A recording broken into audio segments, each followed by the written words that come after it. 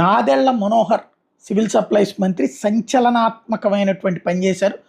ద్వారంపూడి చంద్రశేఖర్ రెడ్డికి భారీ షాక్ ఇచ్చారు. ఏదైతే మొట్టమొదటి నుండి పవన్ కళ్యాణ్ని టార్గెట్ చేసినటువంటి, పవన్ కళ్యాణ్ కోపగించినటువంటి వాళ్ళలో మొట్టమొదటి వ్యక్తి ద్వారంపూడి చంద్రశేఖర్ రెడ్డి. జనసేనలో ప్రతి ఒక్కళ్ళ కోపం ఉన్నది ద్వారంపూడి చంద్రశేఖర్ రెడ్డి మీద. ఎందుకంటే ఆ మధ్యన కార్యకర్తలు ఆయన మీదకి వెళ్ళినప్పుడు ఆయన కొట్టించారన్నటువంటి కాన్సెప్ట్, దాని మీద తీవ్ర ఆగ్రహం వ్యక్తం చేసి ద్వారంపూడిని ఇంటికి పంపించి తీరుతానంటూ పవన్ కళ్యాణ్ ప్రకటించినటువంటిది, తగిన బుద్ధి చెప్తాను, నేల నాకిచ్చేస్తాం అన్నటువంటిది కూడా అప్పట్లో మాట్లాడినటువంటి మాటలు కొంతమంది కార్యకర్తలు అదంతా కూడా నడిచింది. ఇప్పుడు కాకినాడ పోర్టుని అక్రమ రేషన్ బియ్యం తరలింపు కేంద్రం చేశారంటూ స్వయంగా సివిల్ సప్లైస్ మంత్రి నాదెళ్ల మనోహర్ ప్రకటించడంతో పాటుగా రాష్ట్రంలోని అన్ని ప్రాంతాల నుంచి కాకినాడకు రేషన్ మాఫియా గ్రీన్ ఛానల్లో నడిచింది. పేదలకు చెందాల్సిన బియ్యం పక్కదారి పట్టించారు.